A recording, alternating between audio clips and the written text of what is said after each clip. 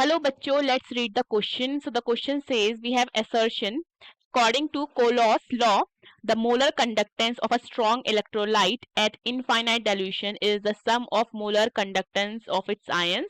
Reason: the current carried by cation and anion is always equal. We have option A, both assertion and reason are true, and the reason is a correct explanation of the assertion. Option B, both assertion and reason are true, but reason is not a correct explanation of the assertion. Option C, assertion is true, but the reason is false. Option D, assertion is false, but the reason is true. So the key concept of the question is Colos law. ठीक है, देखो ये law क्या कहता है. ये law कहता है कि एट इनफाइनाइट डाइल्यूशन, ठीक है, eight infinite dilution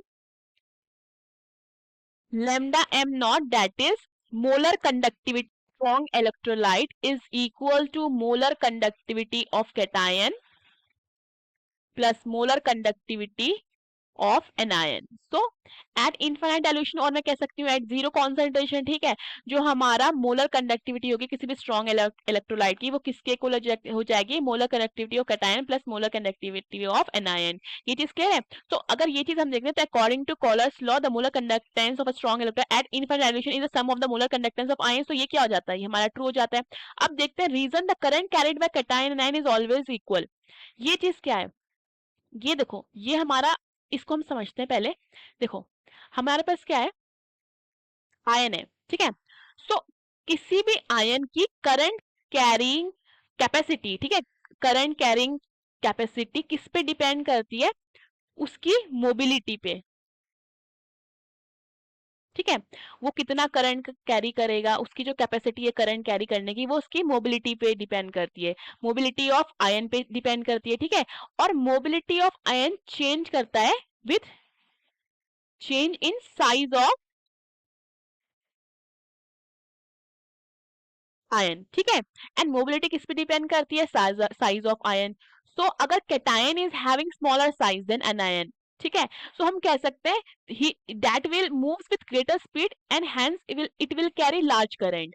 so if cation is having smaller size than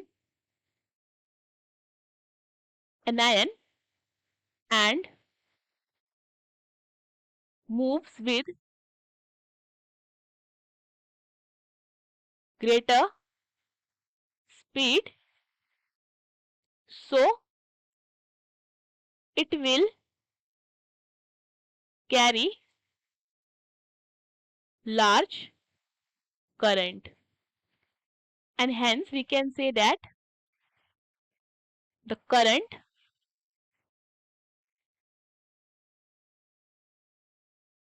carried by cation and anion is different. ठीक है, देखो इसमें क्या हुआ, आयन है, ठीक है, आयन की जो मोबिलिटी है वो चेंज होती है. ये कह सकते हैं आयन की मोबिलिटी डिपेंड करती है किस पे, साइज ऑफ आयन पे. ठीक है, ठीक है, देखो इसका क्या मतलब है, देखो अगर कैटायन क्या है हमारा एनायन से छोटा है, ठीक है, और उसकी स्पीड क्या है, ज्यादा है, सो वो ज्यादा करंट क्या करेगा, कैरी करेगा. तो ये कह सकते हैं हम कि दोनों की जो करंट कैरिंग वाली जो कैपेसिटी है वो दोनों की क्या होती है, डिफरेंट होती है. ठीक है, the current carried by cation is always equal, this is false. ये फॉल्स हो जाता है, फॉल्स हो जाता है, और इसका करेक्ट एक्सप्लेनेशन भी नहीं है. ठीक है, सो हमारा करेक्ट ऑप्शन क्या हो जाता है, C, assertion is true but the reason is false. Hope you understood the question. Best of luck.